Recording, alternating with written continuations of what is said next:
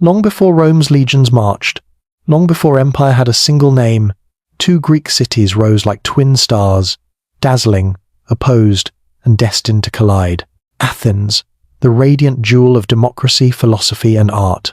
Sparta, the austere citadel of iron discipline, bred for war since birth.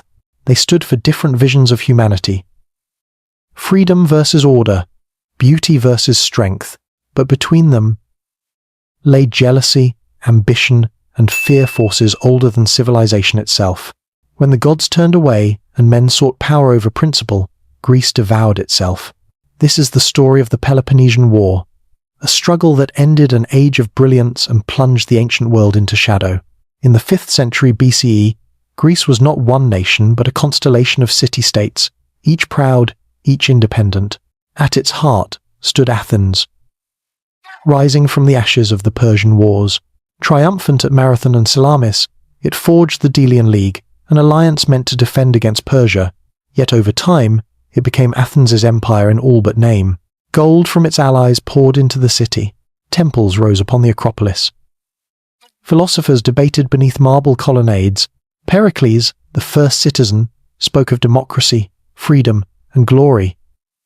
But his ships and tribute fleets whispered another truth. Athens ruled by might as much as by mind. To the south, Sparta watched.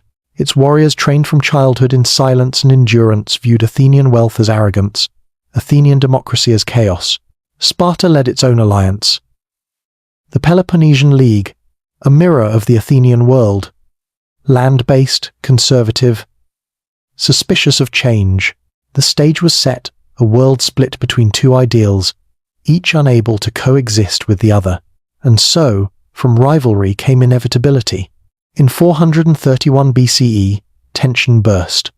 A dispute between Corinth, Sparta's ally, and Corcyra, Athens' ally, lit the flame. Athens blockaded Spartan trade. Sparta demanded concessions neither side would yield. When diplomacy failed, Sparta's king Archidamus marched north. The war had begun, a war not for land or gold, but for dominance over the Greek world itself. Sparta invaded Attica yearly, burning fields and villages. Athens struck back from the sea, raiding the Peloponnese, using its unmatched navy as a blade. But in the second year, disaster struck Athens not from spear, but from plague. Within the crowded city walls, disease spread like wildfire. Athens' spirit faltered. Yet even in ruin, it would not bow. The war dragged on, and both sides sought new fronts in Thrace, in the Aegean, in Sicily. Each victory bled into loss, each gain undone by pride. In 421 BCE, the two sides agreed to peace, the peace of Nicias. But peace without trust is illusion. Allies on both sides continued fighting, and soon the fragile treaty collapsed. Then Athens committed its greatest mistake, an expedition born of ambition, pride, and perhaps madness. At the urging of a brilliant yet reckless leader, Alcibiades, Athens launched a vast fleet to conquer Sicily and the city of Syracuse. It was to be a triumph of empire, but it became catastrophe. Alcibiades defected to Sparta, revealing Athenian plans. Spartan advisors aided Syracuse. Under the blazing Sicilian sun, Athens' navy was trapped in the harbour. In 413 BCE, its fleet annihilated, its generals executed, its soldiers slaughtered or enslaved. Few wars in history have turned so completely in a single moment. Athens had reached for the world and lost its grasp. Yet Athens refused to die. Its democracy rebuilt ships from melted silver and shattered marble.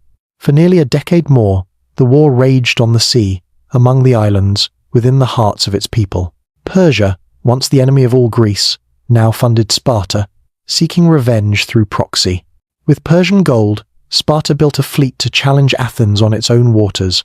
In 405 BCE, at Aegospotami, the Athenian navy, the pride of its empire, was caught off guard and utterly destroyed. The long walls fell silent.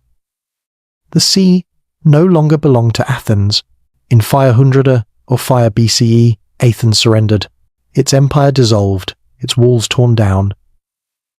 Its democracy replaced by a Spartan-backed oligarchy, the 30 Tyrants. The dream of Pericles' golden age was gone. Phidias' sculptures still shone. Socrates still walked the agora. But the spirit of Athens, once the voice of freedom, now whispered only of defeat. Sparta too would pay its price. Though victorious, it emerged exhausted and inflexible. No one truly won the Peloponnesian War. It was Greece itself that lost. For never again would the Hellenes stand united, not until Philip of Macedon and his son Alexander rose from the north to claim what the divided could not. The war had ended the world that gave birth to democracy, philosophy, and art, and opened the door to empire. The Peloponnesian War was more than a struggle of armies. It was a test of ideas. Could freedom survive fear? Could democracy resist ambition? Could discipline conquer without becoming tyranny? Thucydides, the historian who lived through it, called it a war like no other. He wrote not of heroes and gods, but of human nature, greed, pride, and the hunger for power that makes men repeat history's darkest lessons. Athens' fall showed that brilliance does not guarantee survival. Sparta's triumph showed that strength without wisdom decays into stagnation. In their conflict, Greece reached its height and tore itself apart. Yet from their ashes came lessons that shaped civilization. That knowledge and freedom must be balanced with restraint. That victory, bought by arrogance, can doom even the greatest. And that history remembers not only who wins, but who endures. Centuries later, philosophers still studied Athens and Sparta, one representing creativity and reason, the other order and discipline. Their duel became the mirror of the human soul, intellect against instinct, vision against fear. Even today, when we speak of democracy, power, or empire, the ghosts of Athens and Sparta walk beside us. For this was not merely a war of men, it was a war of ideals. And in that eternal struggle, the question still echoes through time. When freedom and order collide, which should survive?